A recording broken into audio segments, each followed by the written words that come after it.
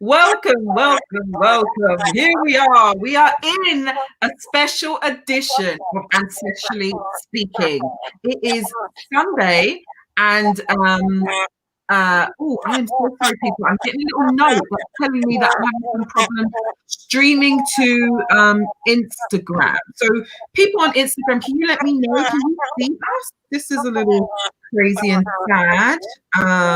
Give me one second. Mercury is in retrograde, so be patient. It really is in retrograde. That's very Simone, do you have another thing on? There's echo. Is there? Did you? All the other things are off? Yeah, I don't have anything else on. Unless you guys might. I'm not sure.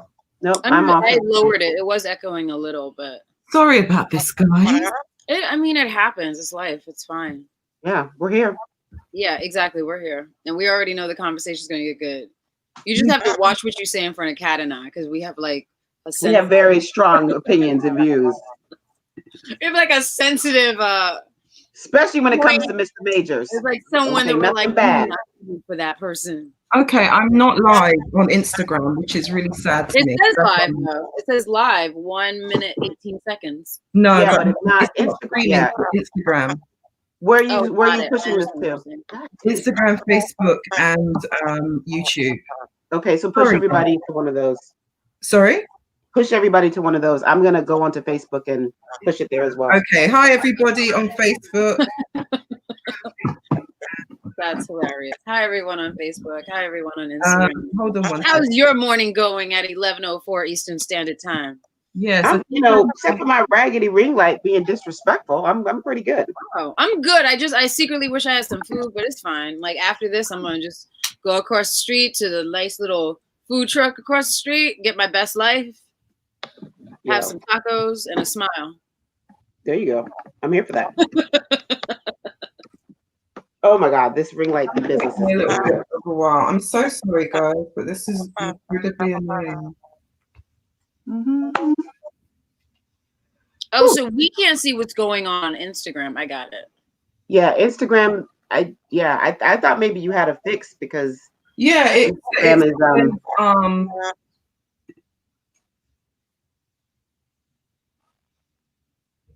Okay, ancestors, I'm gonna need y'all to help us right now because it's called Ancestral Speaking. So, but sometimes these planets right now, these planets know exactly how to get you. Okay, hold on a second. So, sorry guys. Talk amongst yourselves while I try and sort this out. Talk amongst yourselves. I don't know. How's your Sunday morning going? I'm looking forward to the season finale. I am ready, but not ready. You're not ready. Why? Because I'm not ready for it to be over. Yeah. It's really been something that I've absolutely enjoyed this entire time. So. I know it really, because I was late to the game. Like I had a family emergency, so I was like out of commission for around 2 months. And my friends kept on saying, watch it, watch it, watch it. I was like, all right, relax, I'm gonna watch it. And then when I saw the first episode, it was a wrap. I was like, all plans are canceled. Right. I am catching up. I knew it was going to be awesome, but I stacked them. So I waited till I think episode 3 had already happened. And then I watched them all at the same time. And then it was a wrap. I was like, okay. No, yeah. I was like, dun, dun. Like it was like a whole food thing. I was like, hold up. I got to get my food. Let me make this happen. What drink am I going to make? Okay, we're good. Now, I was just on my couch having the best time of my life. Like it's so much fun. Like I know these people. I'm very invested.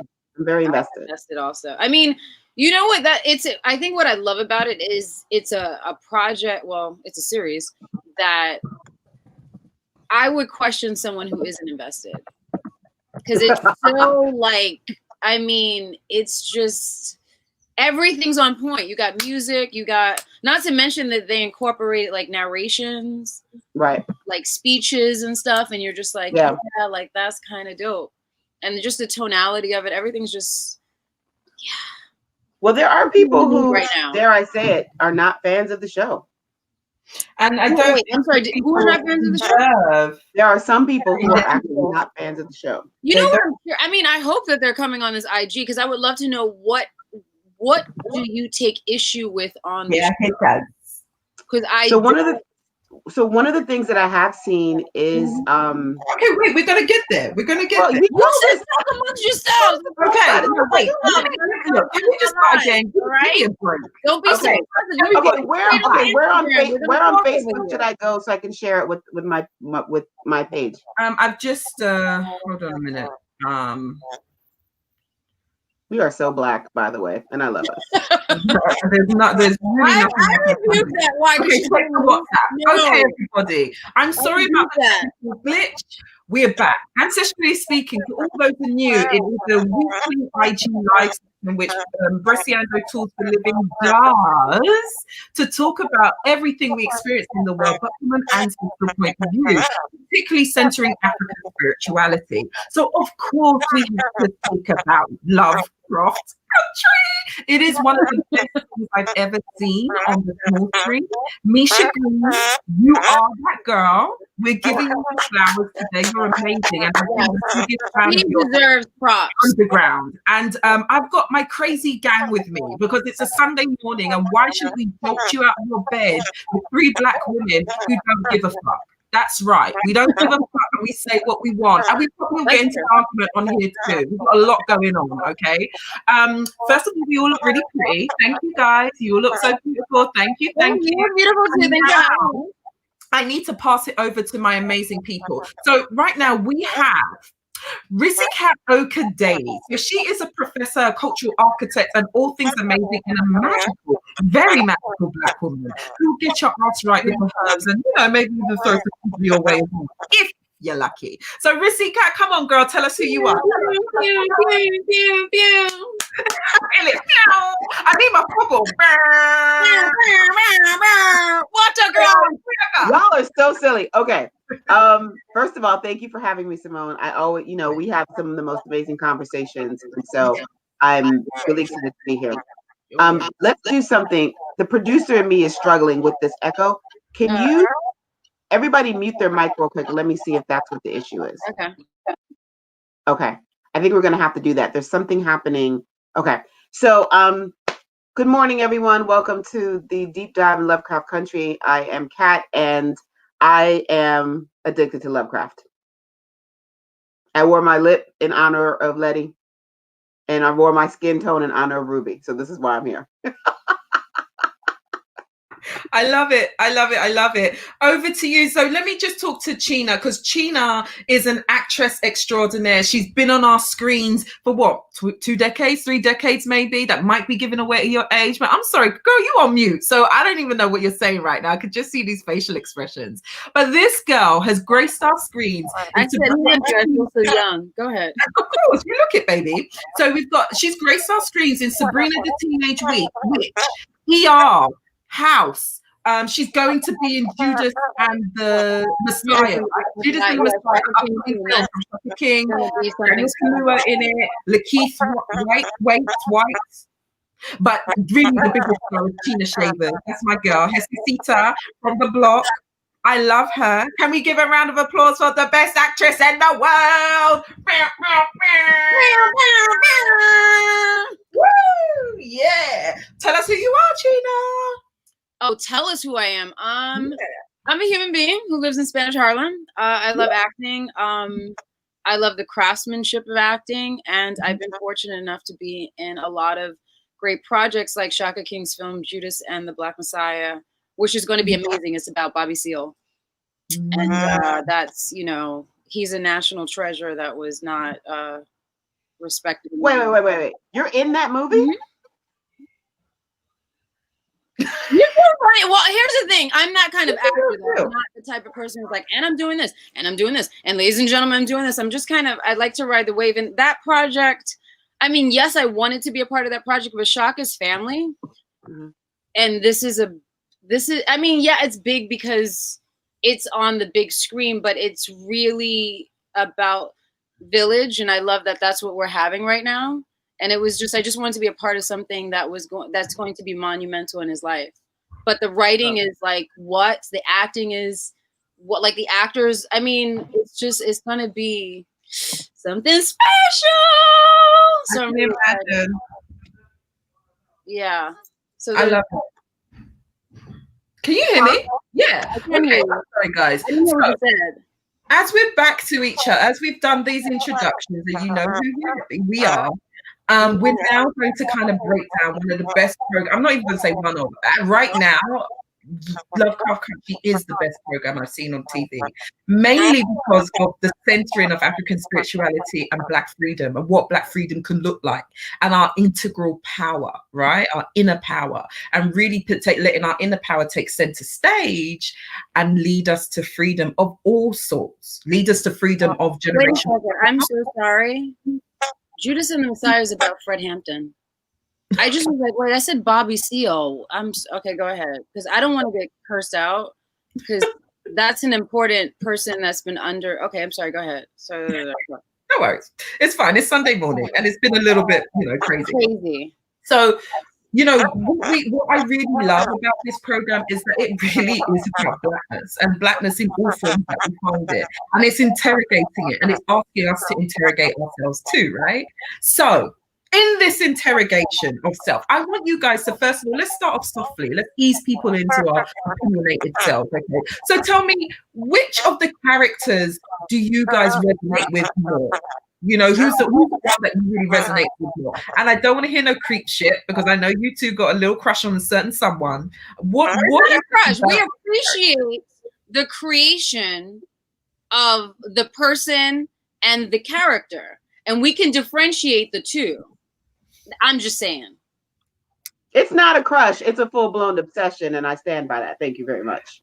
Okay, so now we're going into the obsessive-compulsive disordered world of my friend. So over to you, Kat. Tell me, what is the character that resonates with you most in Lovecraft Country? So it's actually a mix between Tick and Ruby. Tick because you see him fighting with all this childhood trauma he's experienced and the way our parents think they're doing the best for us and how it sort of comes up. But then you also see this undeniable loyalty we have to our parents. So even though he's definitely been abused by Montrose, there's definitely this space of, I need to go and make sure my dad's okay. And so I can relate to that push and pull. For me, Ruby also is important for me because she is simultaneously seen and ignored at the same time. Like she's got this big, beautiful body and she's got this big energy. She's got all of these talents and she's super smart. And it like people don't realize the gem that she is. Like, so she walks around being this full thing that is constantly ignored. And so what, her journey so far, like, it doesn't surprise me that she's where she is because this is what happens when, big, energy women, don't get a place to kind of just be appreciated. So those are the two that kind of resonate with me right now. Okay, so you got a twofer. Yeah. Chena, over to you. Which character resonates with you the most? You know what? I'm going to be honest with you, and it could be the Gemini in me. I don't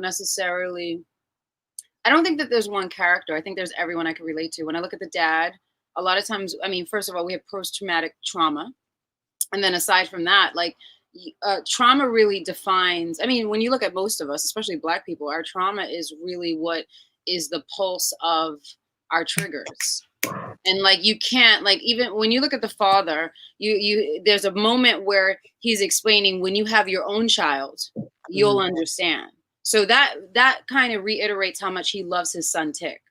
And then you have Tick, who has gone through a lot, but has been exposed to a world, and that's the actor in me, of like another realm in terms of his reading. And actually a lot of the things, in my opinion, that he reads is a manifestation of what he's attracted in his own life. So then there's that. Wow. Okay. I really look at that. Like when I see, it's the same thing, when I look at Letty, and it's so weird. I was talking to a friend. She was like, who does Letty remind you? And I was like, Judy Garland. She was like, what? And I was like, yeah, because there's this thing of you're passionate about what you do, but you always have to show up and show up and show up and show up, and you don't have a break. But people don't understand that, which is not their job to understand that story. And then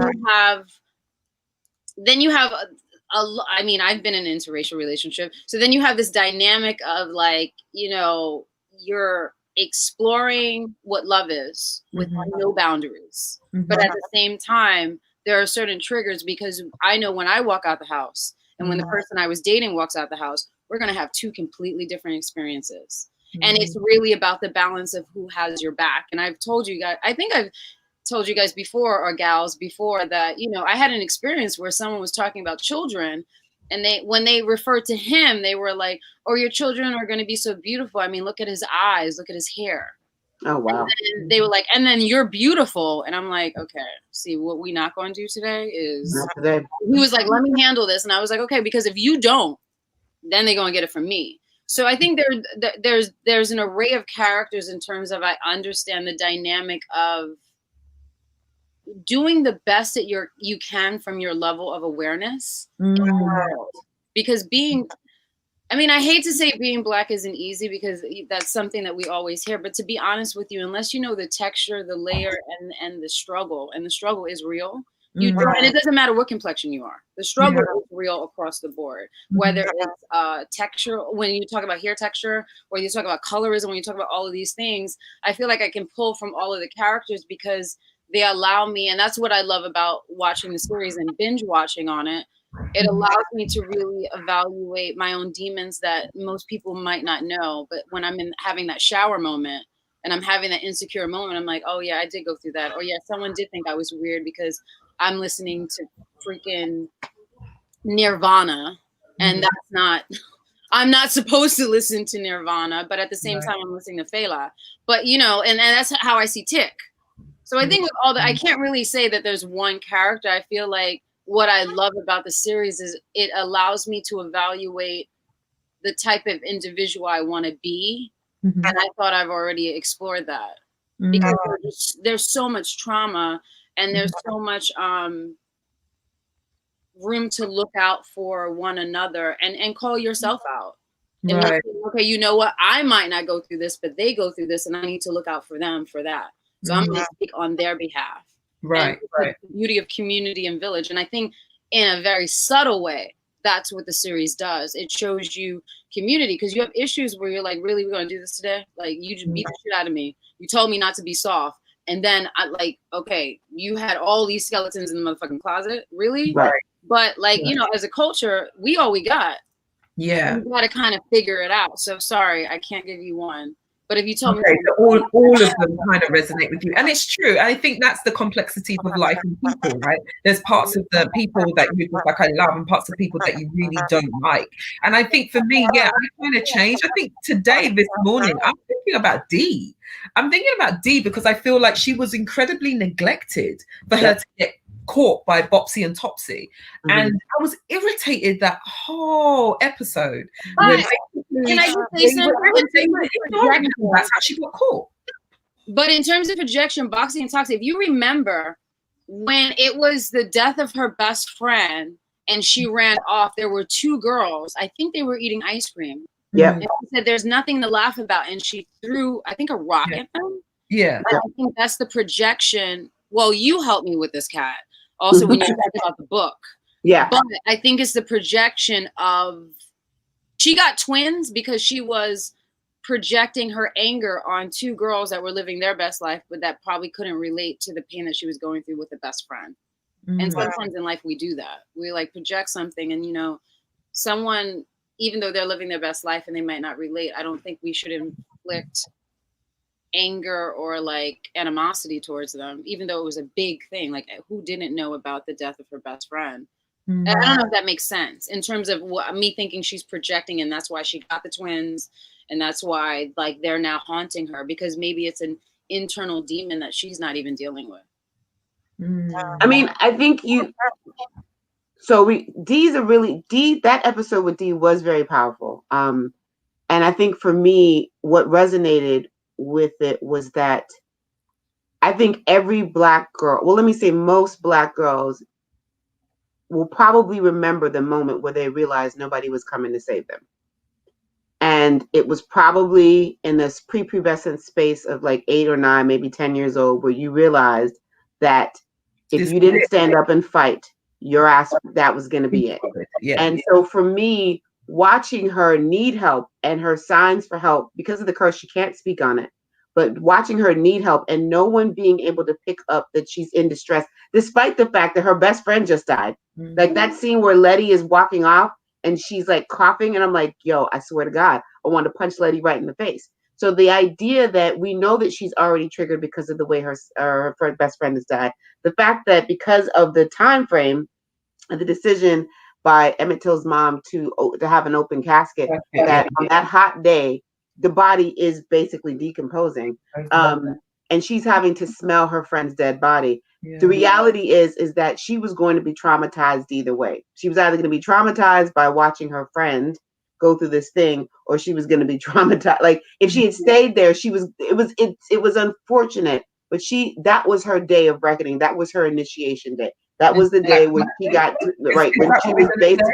Is that her initiation into Black womanhood? Yeah, because it's a heartbreaking thing to say, and it's a heartbreaking thing to realize. But I remember how old I was when I realized that nobody was coming to save me, and I was 5.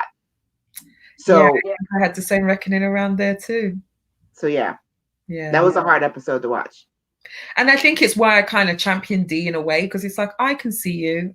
I can see you. I'll protect you. I'll help you. You know what I mean? That others are so wound up in their own shit that they're just going in circles instead of really protecting what needs to, which is, the main components of Lovecraft Country is about legacy and lineage. Right.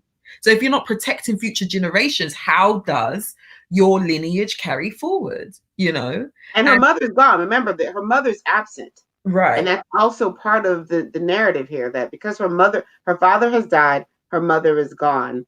And so there are all of these, her protectors are not, her natural protectors are just not there. Yeah.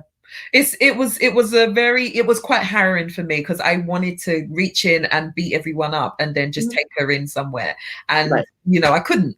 But again, I think it was because sometimes there's parts of her narrative, which were my narrative at some times. And, waiting for the hero, we are the heroes. We're the ones we're waiting for, right?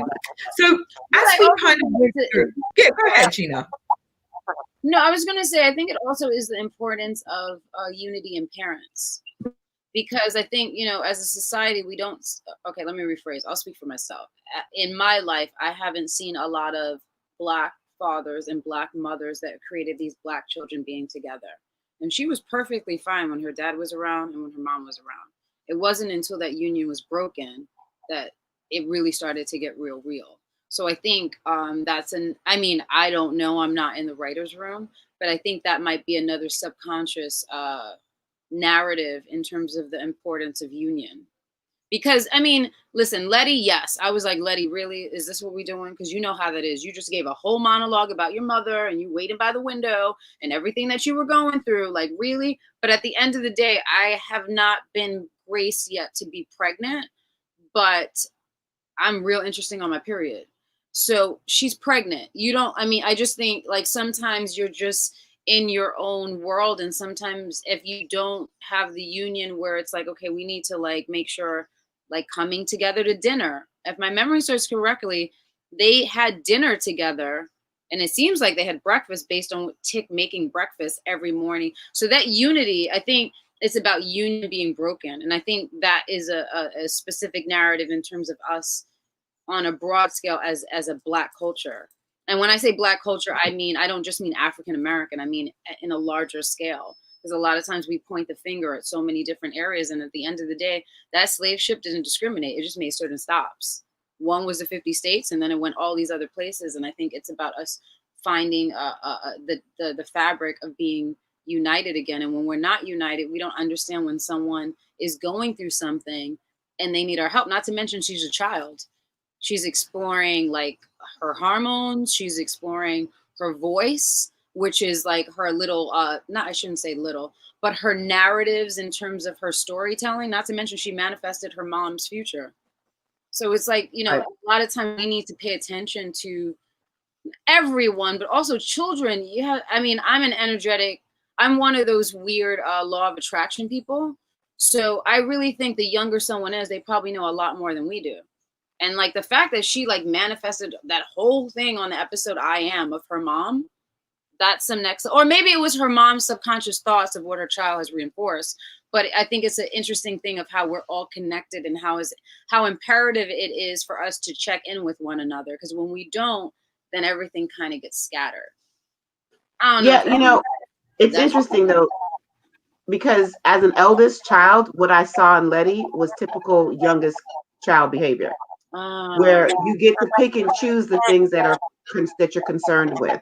And so, yeah, I can sit in the window and reflect on how my mom, you know, didn't show up or whatever, but I don't have the capacity to be empathetic to this child who's just lost whose mother is gone, who's just lost her best friend in that moment, pregnant or not.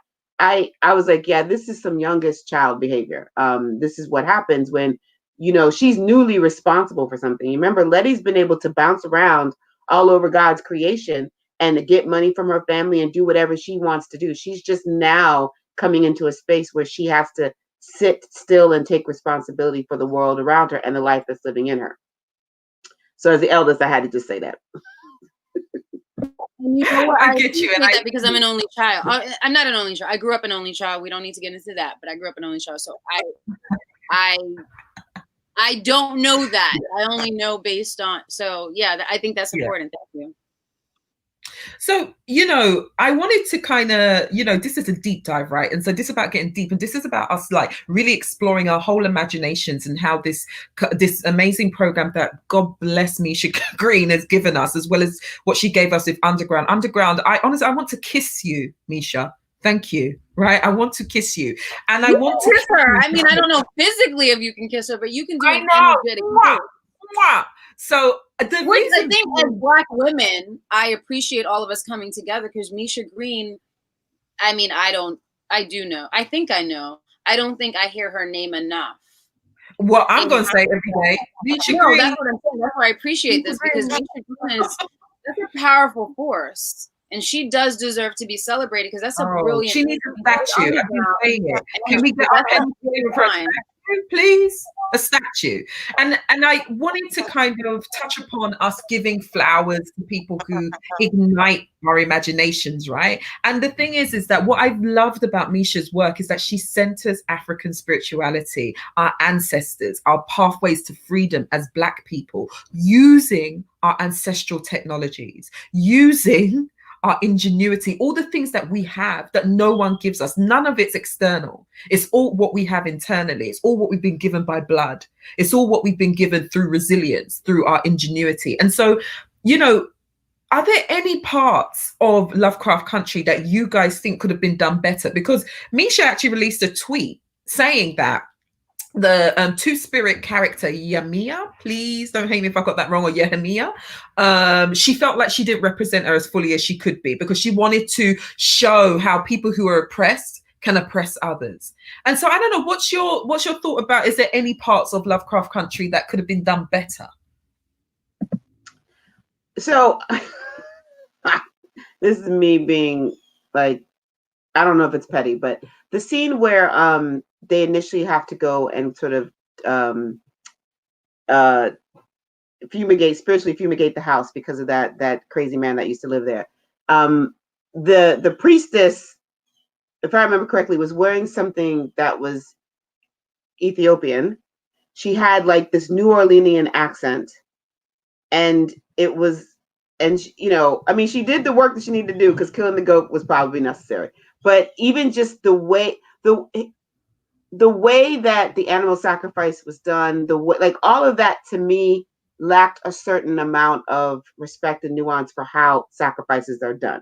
Right. It was all, you know, and I get it. We're in a situation where things are rushed, but you didn't even have all the elements present. Like, it's like there are some things there that just kind of struck me as what we think witchy is. Mm-hmm. And so I wish that had been done better. I thought it was powerful. I mean, even just the idea of the chant that I think they did it in Creole, if I remember correctly, to kind of pull all the energy together. It was a little all over the place. Yeah. And as a hoodoo, you know, well, as a roots woman, I get that there are different systems that you pull from, but that particular scene sits uncomfortably with me, because there's, you know, it was like, all right, let's kill a goat, let's go. Yeah, And let's I'm like, throw it all you know, in there. And throw it all in there. And yeah, and so our that part traditions have rituals, they have processes, and we have to respect them. Everybody knows that. Well, and the other piece of this is that, well, but part of the other system, the other aspect of it is that at the time that they are existing in the 1950s, there's continued mass migration from the South. So I felt a hoodoo woman would be on point. Right, because no, I mean, not that you can't be in Chicago in the 50s and practice voodoo. I think that that's absolutely possible.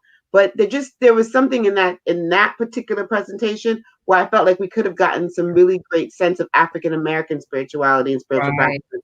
And I felt like the default to the mishmash of, you know, the voodoo, you know, witch woman, kind of, it fell short. Yeah, I agree.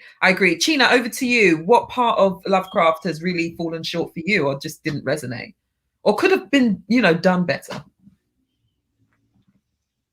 I don't want to be a goody two shoes. Here's the weird thing about saying that, but I do think your cat, honestly, we're talking about, because you know, Santeria, I know it very well. Well, not very well, but I know it well enough. And I was married to a Haitian, so yeah, I get it.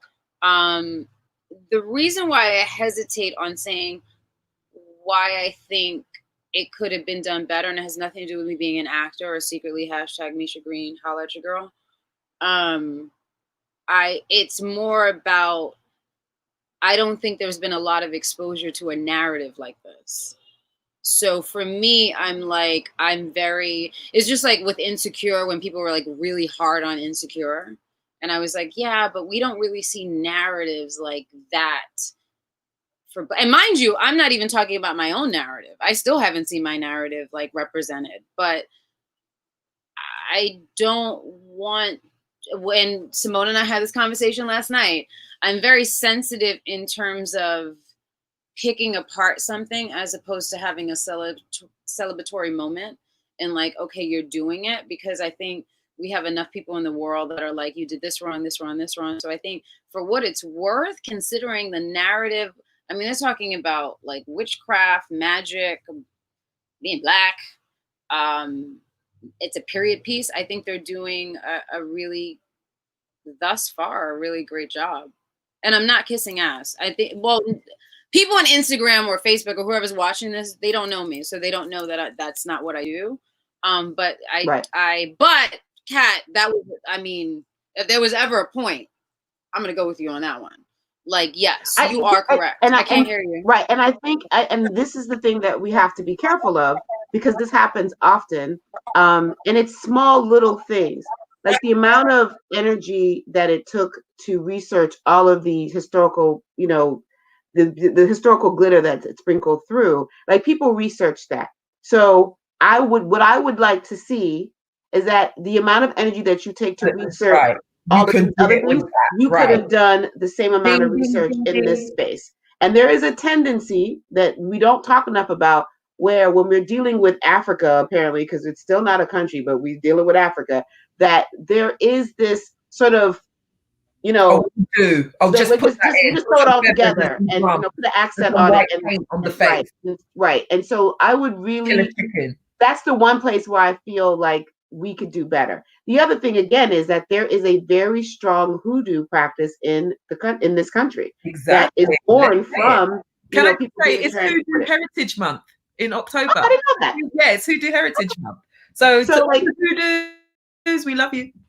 So I feel like that was also, for me, it was a missed opportunity to actually ground that magic in the fact that this is what hoodoo is, what happens when enslavement and mass incarceration and throwing people all over the world happens. So why not let that be the thing that lives? Because there was such a great opportunity for that. I mean, yeah. And it's a very big part of, which I don't think is a part of a big narrative when we talk about slavery. Like even like, you know, Santeria, you know, I live in Spanish Harlem. So like, you know, it's a predominantly Puerto Rican based place, but I would say my neighborhood isn't really big on Africanism. But when you look at Santeria, like that is the drums and the everything's African, the heart of where it comes from. But where the other dynamic of that comes from. I mean, I'm not Puerto Rican, I'm Dominican. Well, I'm a couple things, but Dominican is the culture in which I grew up in, and was submerged in. But when you look at things, that's why I love, Tiro Puente or like Celia Cruz. They were very cognizant of constantly enforcing, like, it's the Africanism that really instilled, the drums you like to move your hips to and maybe you got pregnant by, or like all these other things, like those are imperative things to reinforce. I feel you on that, because I think when it comes to voodoo, when it comes to magic, when it comes to honoring new moons, full moon, solstice, all of this stuff, it's kind of frowned upon, because we still have this negative connotation of it's something evil. But when we really look at the origin of where we come from, melanin people come from, we were not praising a Jesus. My mom's a Christian. She's probably going to be very angry at what I'm about to say, but that's the beauty of family, daughter challenging mother. But, that wasn't the seed that was planted in terms of why we became what we became and how we were able to endure slavery for so many years. And that's, I do think, even though I don't want to say this because I do love Lovecraft, but I'm going to say what you said, Kat, it's true. It's imperative to reinforce our origin of how we celebrated the earth, the sun, the moon, listening to our guiding spirits. I don't think the North Star was an accident. That wasn't an American thing. The North Star was about probably our ancestors whispering to us in dreams and in other forms saying, listen, you need help. We started with the sun, the moon, the north, the south, the east, the west. Let's do. So I do think that it's imperative to reinforce narratives like that, especially when you're dealing with magic and brujeria. I consider, I don't consider myself a witch, but I have to. There's been enough people who called me a witch, and I booked a job, Sabrina the Teenage Witch, where I played a witch. So, when all signs are pointing, you guys. There's only witches in these streets. Only witches in these streets. But Kat, thank you for mentioning that, because I do think that that's imperative, because that's a part of our history. And that's it's just like when you meet someone and you're like, because Black people, we do not have a censor. Like, even if it's in our face and a kid is screaming and we're like, you're not going to handle that right there, we ain't saying nothing. We just gave you a look. Like, that's part of our rhythmic Bible of getting through the world. We don't really operate in terms of, hey girl, how you doing? And then talk shit about you behind your back. We don't do that. It's very, some of us do that, but for the most part, it's very much like, can I talk to you for a second? So XYZQW, but I think like the origin of that comes from just a spirituality where you can feel an energy and you're like, this is a tug and I'm not feeling this. And I want to amputate that negative, whatever that is. And I want to move forward to be like, so like, I thought a beautiful moment was when she was talking to these dead Black people and was like, you are not dead yet. Like, and I think that's where we, even as a people, we're not dead. We walk on the back of our ancestors. So sometimes it's like, okay, let's like get together. Like, I'm not trying to make this political. Listen, some people weren't my main choice, but we in some trying times. And this is a time we need to like come together and be like, look, all we got is us. Let's do this. We got one person, we don't got the other, but let's like make it happen. Because energetically, So get up, do what you need to do. And we need to show up for each other so much more, my opinion. You don't have to agree with it. But I do think, that's why I'm thankful that you did this, Simone, because we need to show up for one another and understand. Like, I didn't agree with you about something that was a very triggering topic. When we're gonna broach that. It's coming. There's no way we're gonna just skip over it. We can all have a kumbaya moment. Well, I was about to say, I don't do kumbaya. I do. Let's get into. You did say that. Let's excavate and let's pile on the healing with the good stuff. That's what I do. Okay. And so, yes, the reason why I thought that it was really important to bring back Ancestrally Speaking, because we've been on a bit of a hiatus, and talk about Lovecraft Country, is because it's doing what I've wanted our creative work, our creative content, Black-led content to do, which is to reignite our interest, our vision, our focus on African spirituality and our pathways to freedom. And I think Misha Green has consistently done that. I think if you watch Underground, you can see it there. If you watch Lovecraft Country, you can see it there. She is giving us a map. And she's doing it in ways that, you know, I don't feel preached at. I feel like I feel the love oozing off of her content to try and change me in ways that really will change my. Uh-oh.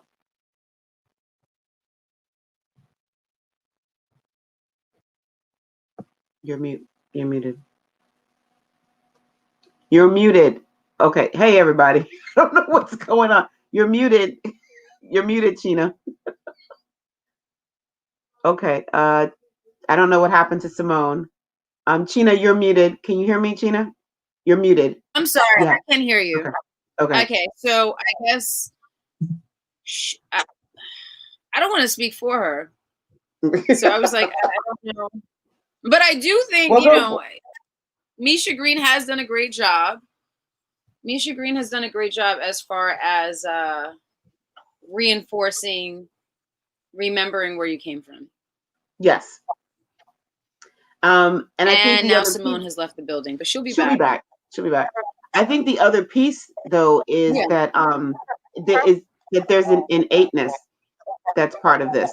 So what I appreciated about the scene where we had the great sort of exorcism was that when Letty was left alone, when she was the last one standing, she intuitively knew what she needed to do to reanimate those other ancestors who were in this limbo because of the way they had died. And she helped put them back together and allow them to go. So the part that the guy who had a baby head. Yeah. If you notice when they were gathering hands, he didn't have a baby head anymore. Right. And that was back in their original form saying, right. We're and that was because, and the other piece of that, though, is that speaks to what ancestral worship, ancestral reverence is all about.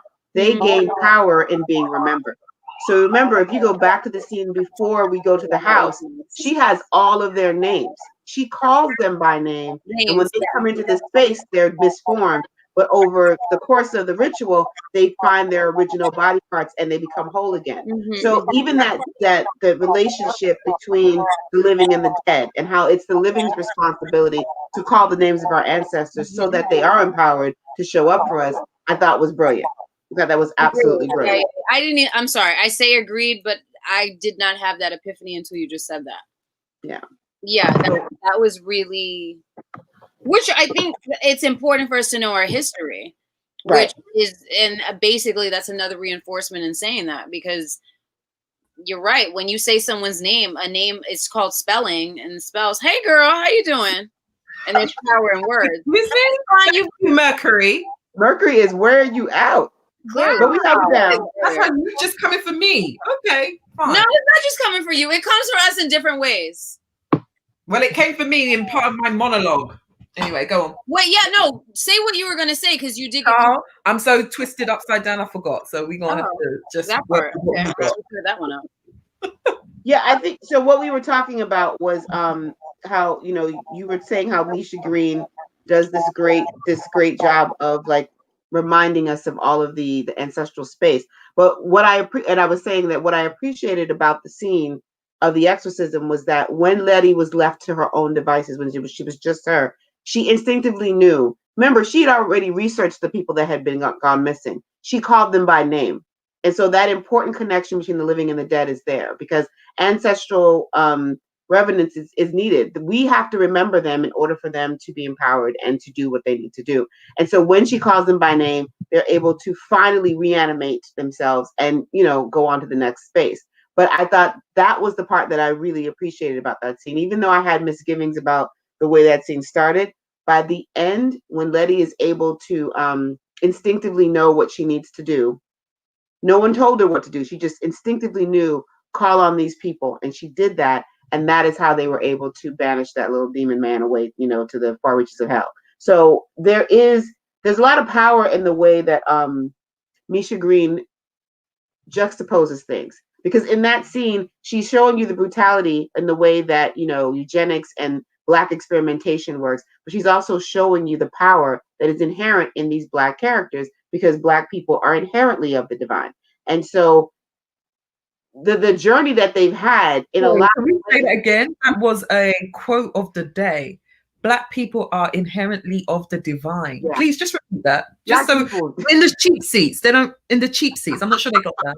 Black people are inherently of the divine. Like, that's, to me, this is why Sunday morning, please give it to us. Why we're targeted so much, because there is an understanding. I mean, I need y'all to understand the beauty of Lovecraft is that she is simultaneously showing you the potential of Black magic being this endless thing, this big depth of this, anything's possible, and at the same time showing you the fear white people have, which is why they want to control it. And so the fact that the only way for you to get to the Garden of Eden is through the blood of a Black man, and is why they want to use it. Right. And so, by the way, I mean, you know, the season finale is today, but I think that's going to go on a whole nother level, because the last time someone tried to use him to kill him, right, to give them everlasting life, his mama was like, guess what we're not doing today. Right. So I think that's going to be very interesting in narrative. And his mom, it just goes to show you, like, at least for, I mean, I know I go through this a lot. You know, I'll have a smell and it will remind me of my abuela. There's certain, like, colors or something, and I'm like, oh wow, my grandfather's here. The fact that she told Letty she was pregnant, she was like, hey girl, hey, you pregnant. Mm-hmm. And like, she helped him, like, get out of that scenario. It just goes to show you that sometimes when you surrender, it's a beautiful way where your ancestors kind of give you those whispers to guide you. We got you. You might not think you're going to get through this. You're going to get through this. Right. Because the other I mean, not to make it like a hashtag or like a thing, but Black, and it's not even like an anti-white thing. It's just when you look at, I mean, look at the receipts. Black people are really magic. I mean, it makes no sense how we've been able to get through, not even the self-hate that a lot of Black people have within themselves or have with one another, whether it's African-American versus like a Black Dominican versus like whatever, we still get through it. Like, that's not an easy thing to, like, overcome. Like, we're still going through, like, things, and for whatever reason, ancestors are like, I know this is complicated, but we got you. You're gonna figure it out. And I just think that's a beautiful, you know, sometimes when you don't have representation, I mean, for right now in my life, I don't necessarily need representation to validate me as an individual, but as a child, it was very difficult. How beautiful is it that these Black children are getting these validations of how powerful and amazing they are? Right. Like, that's. But it you know, here's the thing. I think it depends, because part of what we have to work through. So like some of the criticisms that some of the reactions that I've seen is that it's hard to watch. I personally do not find it hard to watch. Like, I wasn't scared. Episode 3 didn't freak me out, because I was like, all right, that's what you're supposed to do. And so what I'm hoping it does is that it opens people up to think a little bit more about what, you know, how our ancestors commune with us, whether we call them or not. I feel like they're there. And okay, Simone's up to building again. And so that part is important. And so it is an opportunity, I think, in the way that Misha Green is pushing this knowledge out, is that there is something inherent in how we communicate with the other side, that it doesn't require, like, notice, no one has had to, the first time we see a church is Letty's praying to God because she's scared or whatever, but no one has gone to see the pastor, or there has not been an organized. No shade to that. Everyone has their process, but when you, in my opinion, when you surrender, you ain't got to do all that. Hey, Simone. Hey, girl. Hey. Retrograde. I know. We're on behalf of Mercury. My bad. Yeah, but I think what you're saying is it's very powerful. It's just like sometimes you don't know how something's going to work out, and it just works out. But you're right. No one has had to. And even when she went to the church, if my memory serves me correctly, after she made the deal with giving the negatives, she looked back like, really? Right. Because she was asking for help, and I guess she didn't get the help that she thought she was going to get. Well, the reality, though, is that Letty and how she's moving in the world it's a bit different, right? So you have the man that she's with is magical because of his blood. They're discovering, like, when we think about the timeline, all of this is taking place over the space of maybe a month or so, where they're being sort of forced into this understanding that magic is real, that they have access to it, that these white people are out here trying to hoard it. Like in true sort of white supremacist form, you come in, you take, you steal, and then you decide that it's going to be yours. And so Letty, is always, and she says repeatedly throughout the episodes that her and church have never got along. Her mother has made her go, but church has never, resonated with her. So that is another, like, really, I think, cool little sort of Easter egg, as it will. There's a lot of us that church can feel good sometimes, but only because the singing is great, not necessarily because we are resonating with the message. And so I think there's a way that she's accessing God that doesn't require all these pastors, direct connection. And I think that's the part that I love most about the way people are finding themselves.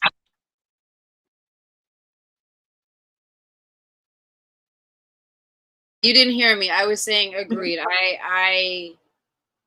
Yeah, that resonates very well with me in terms of just the narrative of that story. I forgot Letty said she didn't have the best relationship when it came to church. And then her mom would say she was going to church, but she wasn't really going to church. Right. Yeah, that's...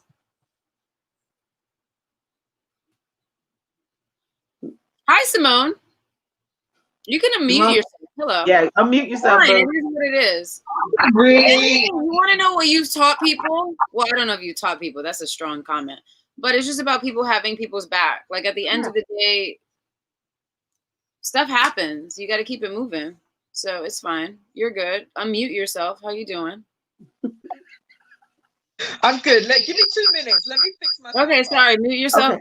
Okay. Back to what we were saying. Okay, right. So, I mean, what other elements of it, as far as the ancestral connection, are you seeing? To be honest with you, I'm guessing this is ancestral, but it's kind of a weird thing because now we're dealing with, well, she was dealing with the past and the future, but the episode of I Am, right, in terms of finding, understanding your strength and your power, that is an episode I think I have to watch a couple of times because I feel like that is an ancestral thing. It's not the usual suspects of what ancestral, but for me, it's about owning your power and who and what you want to be. The moment she had the conversation with her husband, and they really had, and that's a beautiful thing about bonding. It was like, I sacrificed myself, but I don't think you ever really, maybe this, I don't think this is my interpretation. So it's not a misinterpretation because my interpretation was both parties were responsible.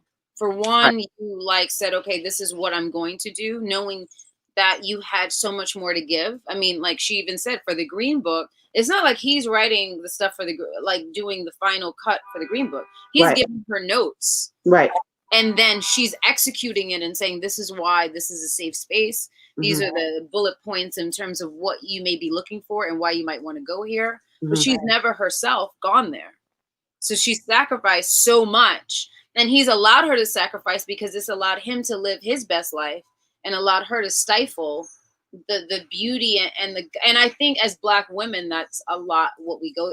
I can't tell you how many people I've dated that have been like, why are you so tough? And I'm like, because it's only me. Right. And I got me. So I don't know if that made sense in terms of the ancestral, because it doesn't make sense in terms of the I Am episode, but I think that is ancestral because ancestral isn't always going back. Sometimes for me, it's about going forward. So when I look at the I Am episode, there's so many amazing components of it. So I'm going to try to, because in my head, there's so many things. So I'm going to try to bring it back. So one of the things that strikes me about that I Am episode that I haven't really seen anybody talk about is that the decisions that Hippolyta makes in terms of where she goes always involve women. The wisdom, the battles, the fights, the, you know, let me teach you this, you know, loosen up here, have a little smoke. It's all in the company and the space of women. And that to me felt like the kinds of initiations that secret society of women's groups go through, where within the confines of that, where there are no men to distract, women can find support and love, innovation. They can sort of express themselves. They can have coded language. That line between her and Josephine Baker, where she feels like an asteroid, a comet, but she's also exhausted. That's something that only a few people can understand. And I felt like this collective, like clutch pearl, heavy breathed sigh from the collective space of Black women when she said that line, because I felt like we all knew what it was like, what she meant by you're shining so bright and you're exhausted at the same time. The other piece to that that I thought was important was that there, you know, in a lot of indigenous traditional communities, and I initially think in, you know, of indigenous communities in this country, there was an understanding that when women were on their menses, that was a sacred time, and they would go off and be taken care of, and they sat in that tent or that wigwam or whatever that was for however long. You didn't work through it because that was a time that was your way of resting. There was a respect for the sacredness of the womb. And so there is a lot for me in terms of the messaging around the sacred space that women hold for each other, that only women can hold for each other. And that can expand, you know, to include all kinds of women. But in terms of how women hold space for each other, the I Am episode was really important because if you pay attention, she goes to the husband last. So she goes through all of these spaces of wisdom gathering, and it requires her communing with women. And it's not until she goes into, and it's through all of that she understands this is what my issue is with you. The other piece to this that needs to be said is that it's yes, Professor Okedeyi, sorry. we are in session. I got to get this out. The other piece to this, the episode between that moment between her and George is really, really important because the way that Black manhood has conditioned itself, and I'm not even going to give it just to white people for doing this, but this nonsensical idea where you understand the importance of balance, you understand the importance of women because it's only everybody got to pass the woman to get here, but you don't respect that.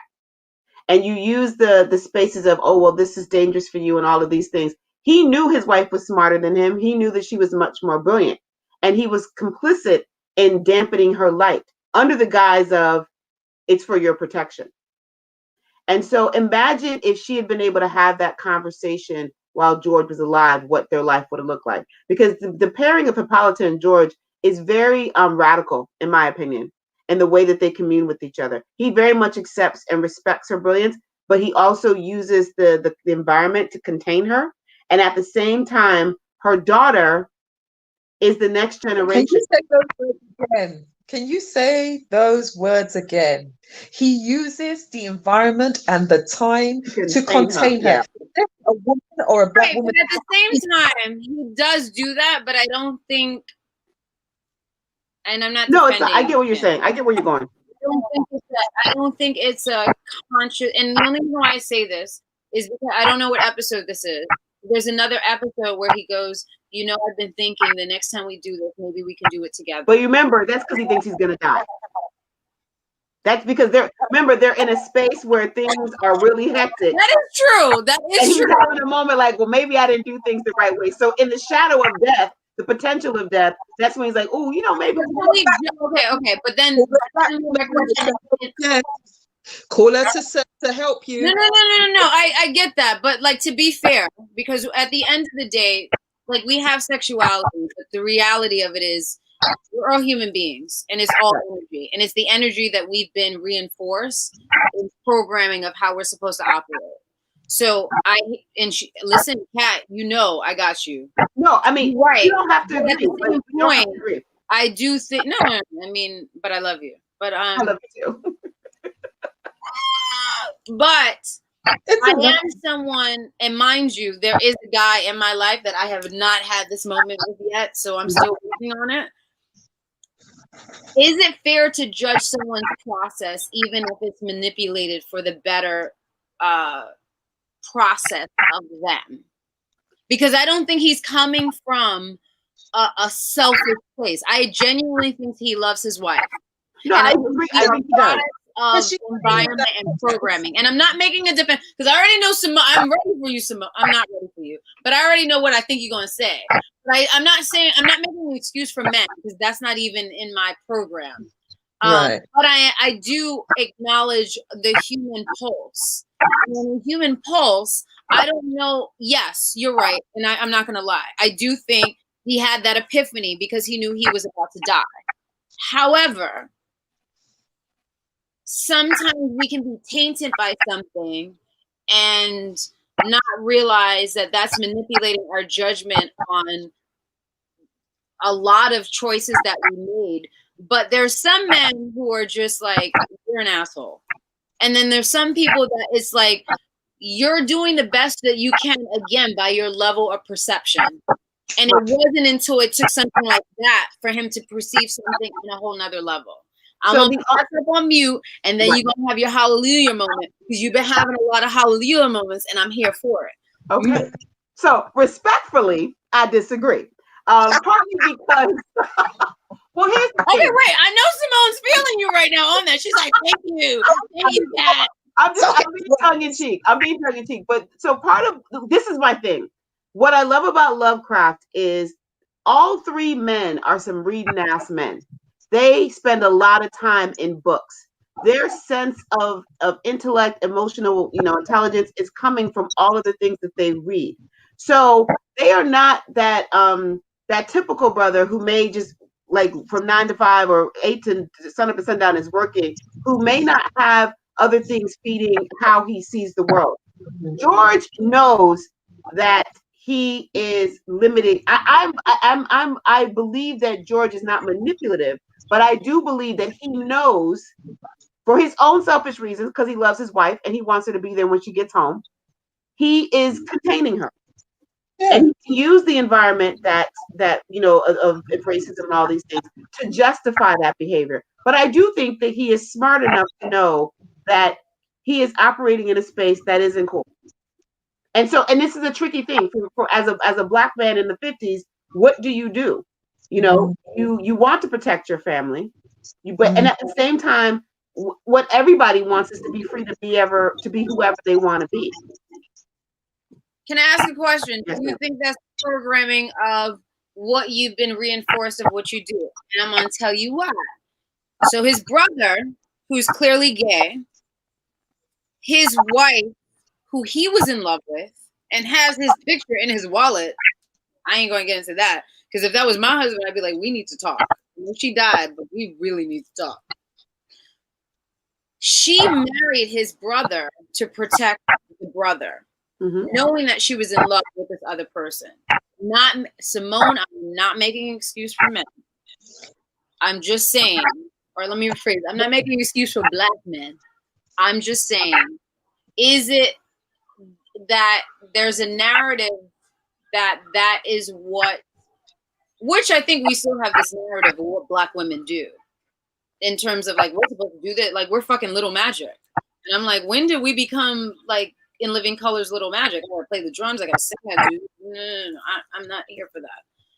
I think with her, I mean, I'm just looking at it if I was like reading a book. When you see the narrative of that's what women, because we didn't have, not to mention Black women, but just women in general, we didn't have certain rights. Is it the narrative that that's what you feel like that is what a woman is supposed to do? I'm not saying it's right because I'm not. No, I get what you're saying. So here's my issue, and this is me feeling like we should be better than that. When we talk about the history of Black people, specifically in this country, enslavement affected everybody regardless of gender. Black women did get a pass because they were women. And so going into the space of freedom, you already have an understanding within this population that women work, that they protect, that they lead, because whatever the circumstances called for, that's what happened. And one of the biggest mistakes I think as a community that has ever happened within the Black American space is the allowance of this bullshit notion of patriarchy to sit still and sort of take over a space when you know going into it that these women weren't built or conditioned to be in this space just behind the closed doors, hanging out and do whatever. You had Black women having to problem solve and navigate all kinds of social terrors as enslaved people. So when we get free, why now then are you trying to say, oh, we got to be like them, and you as a woman, you got to stay home and you do like, we now start putting all this nonsense in place because it's not like all the Black women that were enslaved worked in the house. I'm not saying that that's right because I'm not even that woman. But what I'm saying is there comes a point where we embrace the narrative. We do. Well, let me rephrase. I don't want to say we. I want to say there's a selective few, and usually those are the majority that support a certain narrative. So that's where if I okay, let's say with you, I'm like, listen, I'm not trying to go to brunch. That's not vegan. I'm not a vegan food, by the way, but I'm just saying hypothetically. And I set that bar. At the end of the day, then you understand. Sheena's really not trying to go to anything that isn't a vegan restaurant. I think it's the same thing in terms of, and I think that's why I love I Am, because I feel like it's the epiphany of I am responsible, because we're all responsible for our lives, in my opinion. Right. I am responsible for the narrative that I've created of saying this is okay.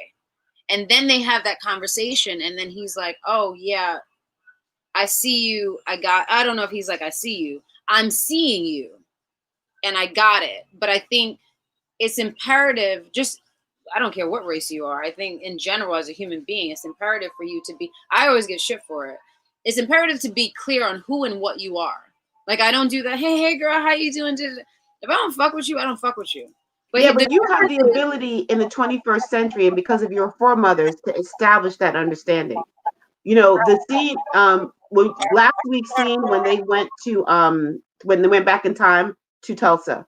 Do you remember? Misha Green does, whoever's doing this writing is amazing because the nonverbal cues are off the chain. Do you remember the way, am I muted? No, I'm not muted. Okay. No, I was like, it's her. She's doing it. Like, she's the mastermind of all of this. But go ahead, I'm muting. So if you go back to that episode, when they jump back time and they end up in Tulsa the day of the massacre, there is a moment where you get a full shot of what that downtown area looks like. And you see all kinds of Black people. There's a scene in the lower left where you see a very rich Black couple with a Black driver who is putting their bags in the car. And as Letty and Tick are walking, Montrose, this was his life. He understood this. He's stuck in the space of bad shit's about to happen and we can't say anything. But for Letty and Tick, this is the first time they have seen Black people be this free in the context of this container. And so the I Am piece is important because what has happened as a result of slavery and Jim Crow and all the other bullshit that white people try to do is that you have literally talked Black people out of their magic, which means that you have talked them out of understanding that we exist in multiple planes and multiple dimensions at the same time. You said we talk Black people out of their baggage? Out of their magic. Oh, magic. Yes. Okay, and we've also talked them out of understanding, because if you look at any traditional African system, time is not linear. It is. It's circular. It's empirical. So that means that you are operating in several spaces at the same time. So as I'm sitting here, my ancestors are sitting there, and the people that are coming are over there, and I'm in the center of it, and I can see all of that. So when that particular scene was really important to me, because that was an opportunity for them to see that where you come from, what you come from, was not the thing that you're actually experiencing. Even in the space of that container, Tulsa was an amazing, the potentiality of what Tulsa could have been had it not been interrupted. You know, so that scene, if you all go back and look at that scene, the brilliance of the way that they captured that downtown space is so important. I have to give props to Watchmen also. Yes. Because I believe in our earlier conversation, because we actually are friends, so we have conversations outside of like IG. I was telling you that I was surprised that someone stated that they thought that was a part of the comic narrative. Right. And they didn't, which when you think about it, the absurdity of it makes sense, right? Real. But for Black people, you like, oh, that sounds about right. That's real. Right. So you're okay. Dropping down knowledge. Can we change her name to not Cat? We gotta find a new name for this one. I think that IG, we gotta find a new name for this one because this one's doing hashtag the most. My new character development comparative. Listen, Lovecraft is like, I'm watching. I literally feel like I'm watching my brain on TV, and I'm here for all of it. For real. And that's the thing. She's sparking so many parts of us and so many things that we might have even just flashed upon really quickly and not delved into, because life kind of drives us into these different corners of our minds, right? And we have too many distractions right now. So like we have too many distractions, whether it is Instagram, and we have all these distractions. And what I love about it is it sucks us in. And it's like, okay, do you know this? Do you know this? Do you know this where you came from? Do you? Right. That's what sorry, but you were talking. I'm going to shut up, put myself on mute. No. So I wanted us to broach the subject of the choices, our character choices, who's playing who. Because there's no way that we as Black women can have this conversation about Lovecraft Country and not talk about character choices. Yes. And the issue and observation of colorism. And this is not to say necessarily that this program is reinforcing colorism, but it is definitely a comment we have to make. It's something we do have to explore, and it's on so many levels. Casting is reinforcing colorism. It's not. I don't think it's not to say that they're not.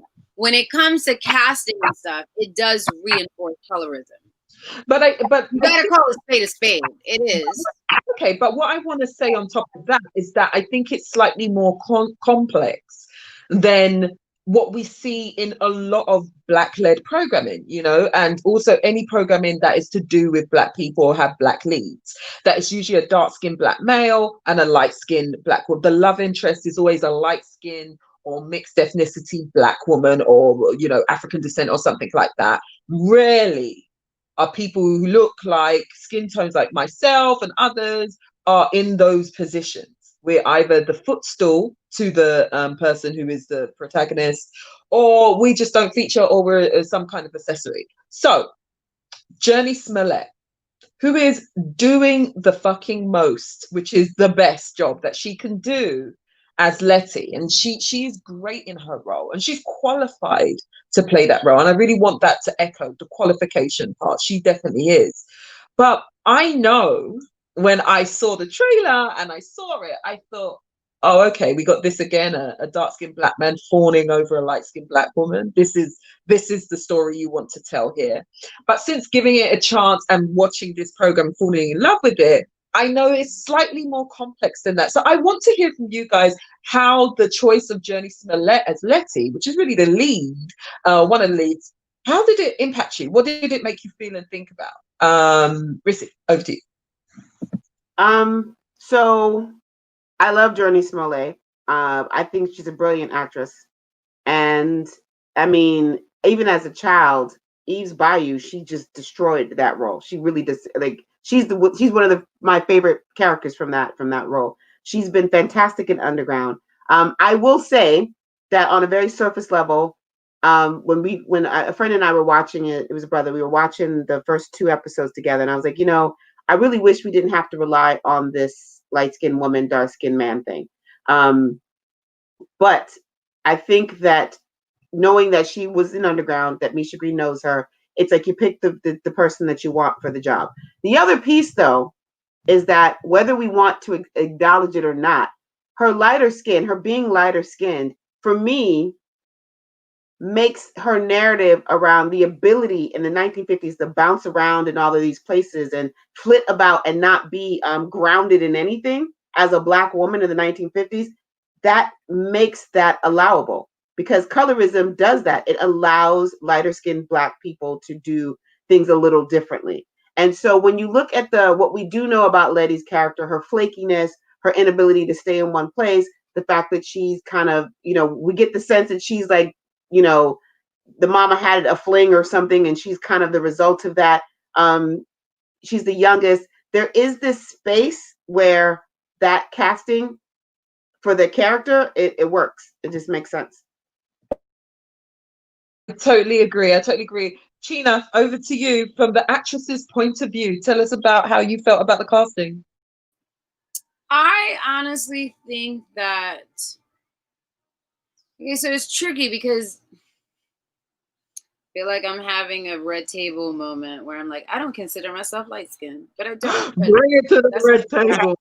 I don't know. People are like, no, girl, hashtag you are. And I'm like, all my life I had to fight. Anyway, to be honest with you, if I take out colorism, and then we could do a part 2 of colorism, the fact that she did underground, the layers in the and I'm just speaking as listen, I don't know Journey personally, so I don't know her her research, I don't know her craftsmanship in cultivating a character, but I know what I see on screen, and I know she ain't winging it. So with that being said, I think all the history that she has from underground, because you have to understand, Letty doesn't know what it's like to be a slave at all. Even if you're the house, I'm gonna stop because I was about to say it, but I'm like, now I'm getting shit about like saying it and not saying it. I'm trying to figure out what side I'm gonna go to. But like, we all have layers in terms of even not being in slavery and our position in terms of complexion and how we're perceived. Taking that out, just having the layers and the texture of slavery in any form. She's going, not to mention that, I mean, Misha, with us, there's a language I could look at you and you know exactly what I'm saying. So with Misha and Journey, I mean, I'm making an assumption because I'm not around them when they're working, but I would imagine they have a language that they can look at each other. I know I go through that with Shaka. Like, he can look at me and I'm like, oh.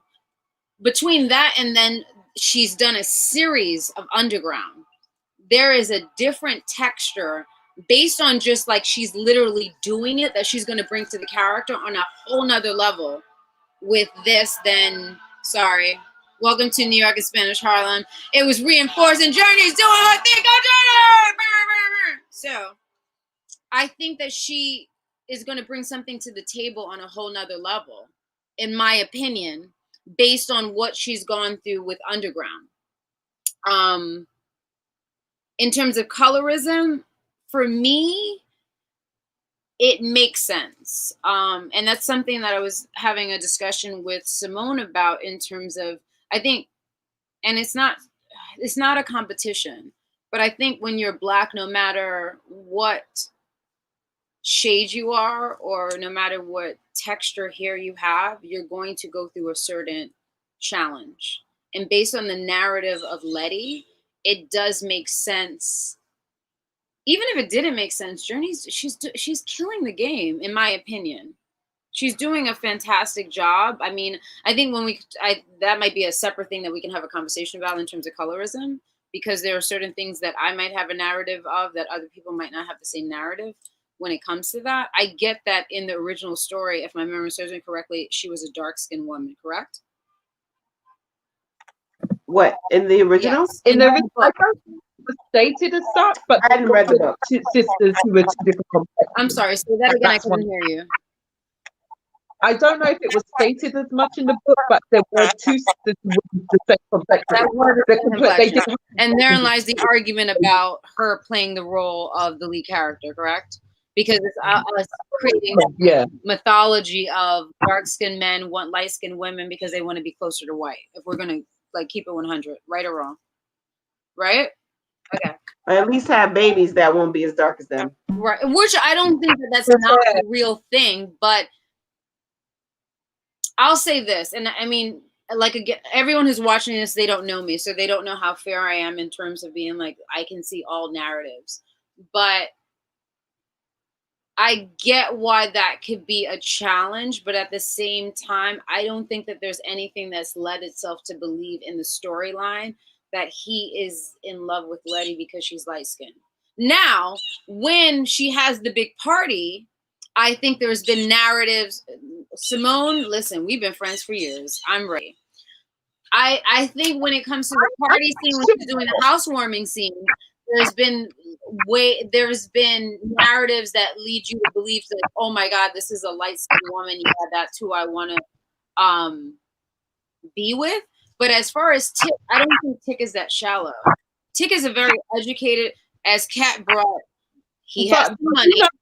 We know many books about black men who have done the work and like skinned women or white women. Wait, say that again. I'm sorry, I can't hear you. So we know many book smart black men. You might go mute. We know many book smart black men and who only go out with white and mixed race women or light skinned women. They exist. Okay, wait. Are we talking about story narrative or are we talking about real life? Real life, because this is about, it leans on real life and what we do in real life to bring this story to our consciousness. So it resonates. Okay, let me ask you a question. And I'm not trying to put you on the spot. Do you think Journey doesn't deserve the job because she's light skinned? I think that because Lovecraft Country is risks in every sense, right? That for me, it was slightly disappointing to see a light-skinned woman in that role.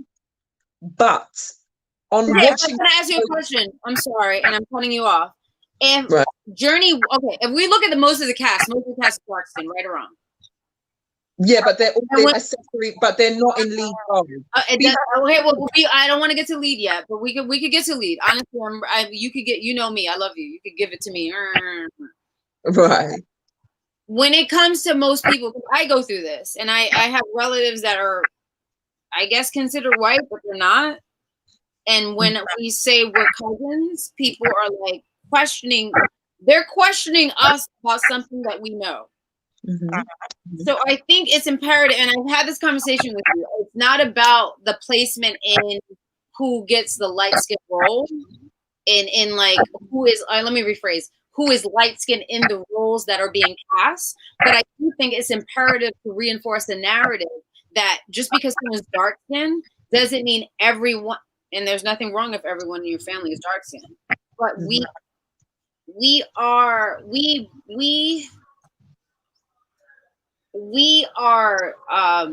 carrying the blood of rape. That's the only way to be light-skinned. Welcome to New York. I'm sorry. Yeah. We're coloring the blood of rape. So when we're coloring the blood of rape, we come in different shades. We come in different hair textures. There's just a lot of layers that come. So it's like, how would you replace the casting? So this is that the black lead isn't a dark-skinned woman. And I'm not arguing with you on that because I don't see a lot of that. Wait, what happened?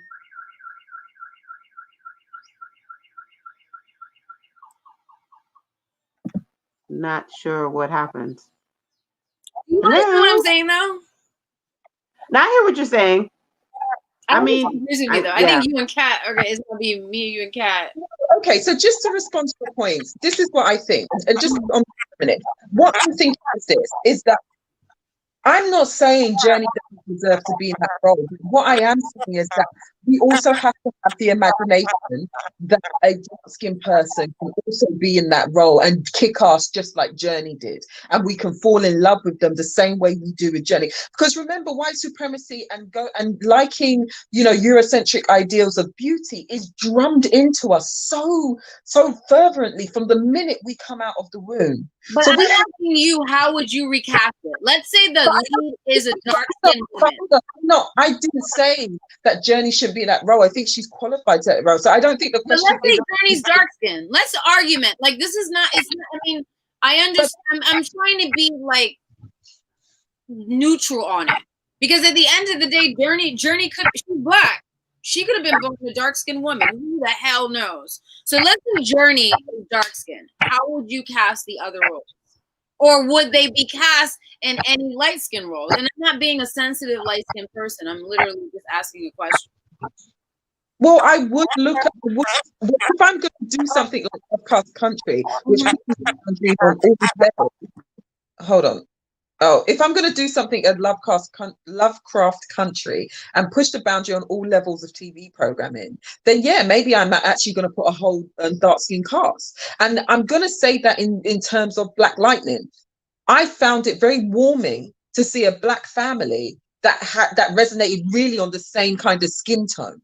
Right? It was, for me, I saw it. It was a real point that I saw being made there.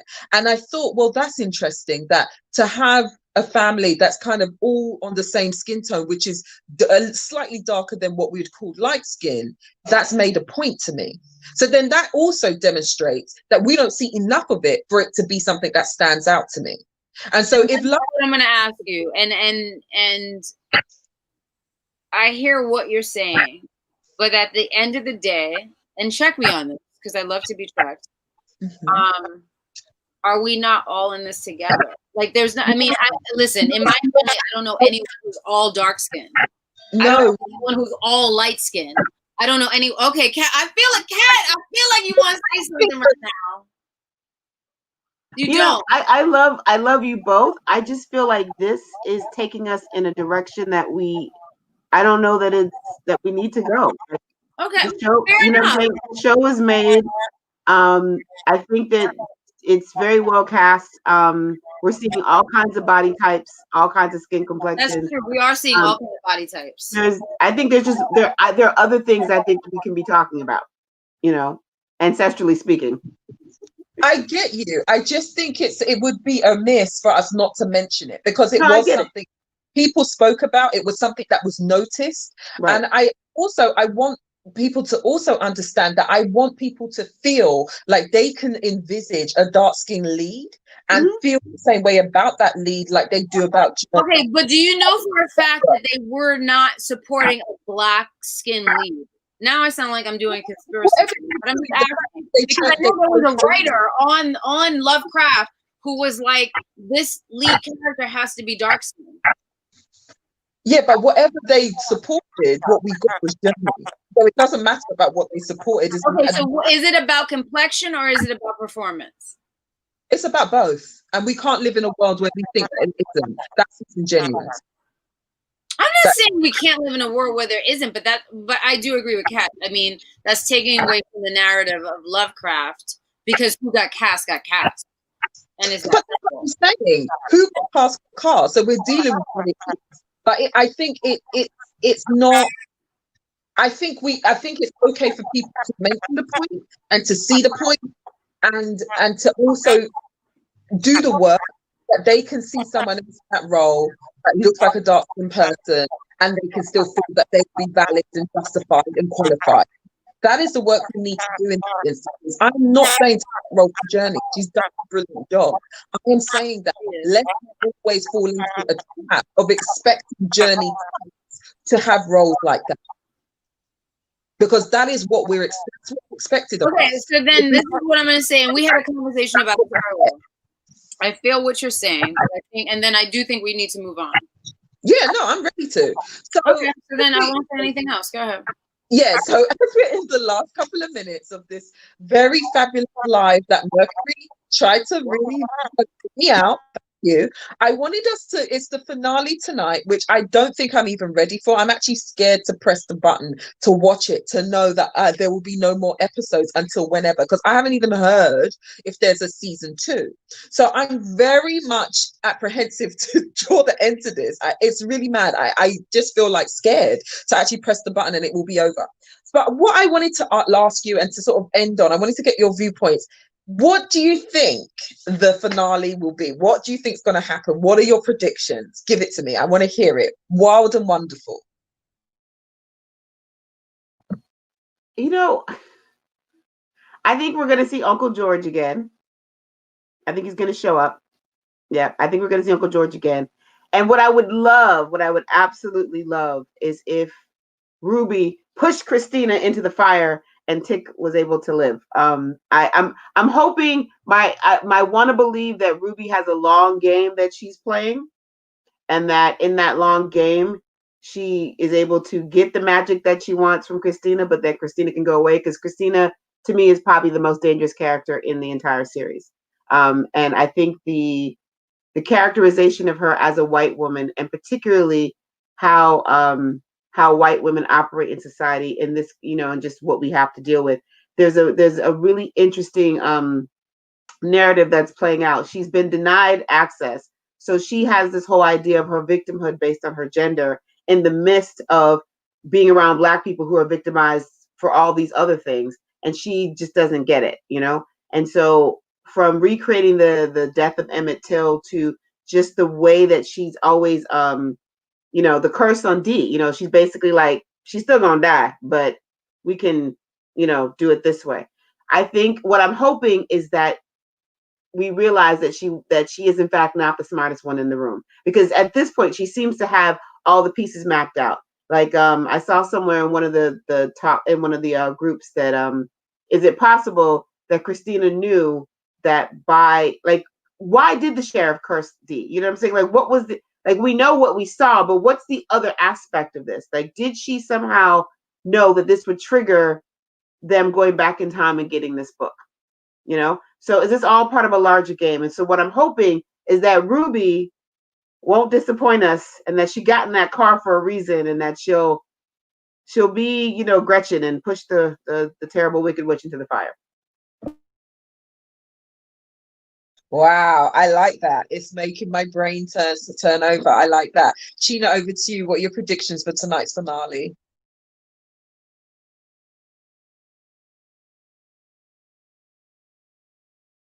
You're on mute, girl. You're on mute.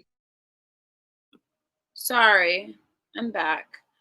I'm gonna be honest with you. I didn't really submerge myself into that narrative, only because that's the beauty of not judging what you think. I think that yes, Uncle isn't dead. D, okay, once again, Kat, we got to give her another name. I was not even thinking I did think why did he mute her, but I thought it was about her mom and not her. I didn't give her that power, that it was about her. I don't think Tick is going to die. I think we're going to see other layers of ancestral walking on the back of your ancestors, helping you guide the way.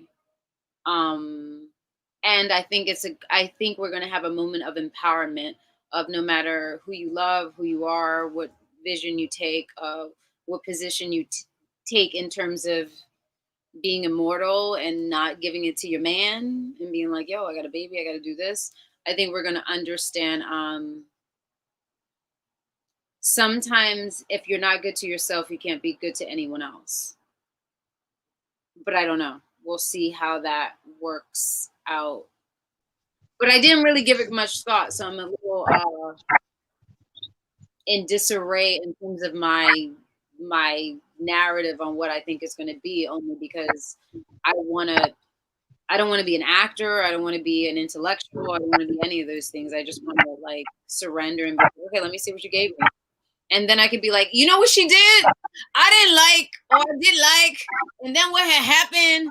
And then, dear Misha, these are my feelings. So, but also I'm in the business. So I think sometimes I tend to, when it comes to certain projects that allow me to just be a human being and not in the business, I'm just like, okay, great. I'm just not going to judge anything and I'm going to surrender.